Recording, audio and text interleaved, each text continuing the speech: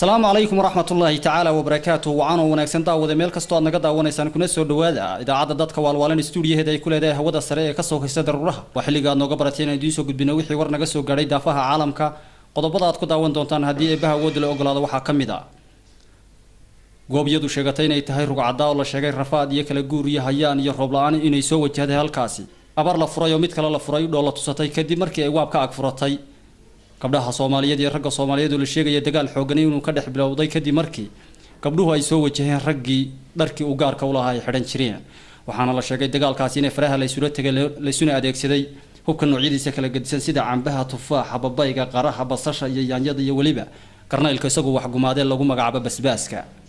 madaxweynaha lagu magacaabo waxba kama jiraan ayaa waxa uu sheegay si jiraayad uu ku qabtay meesha idinkuba aad garanaysaan inay biyaha soo rugmaday reerihiisa qaaday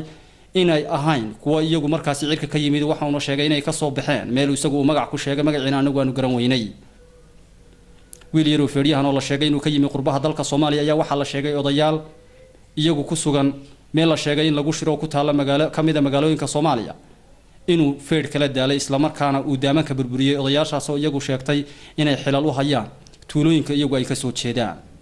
qodobada iyo kuwa kale soo yaacay ayaad ku dhageysan doontaan waxaan idin socodsiin doonaa anigu aad ii jeedaan haddii aad daawateen aad baad u mahadsantihiin haddii aad ka yaacdeen waa qodob idinka idin yaale mar kale intaan hawada ku kulmi doono waa anagoo isku duuduuban idin leh maxaa naga daawanaysaa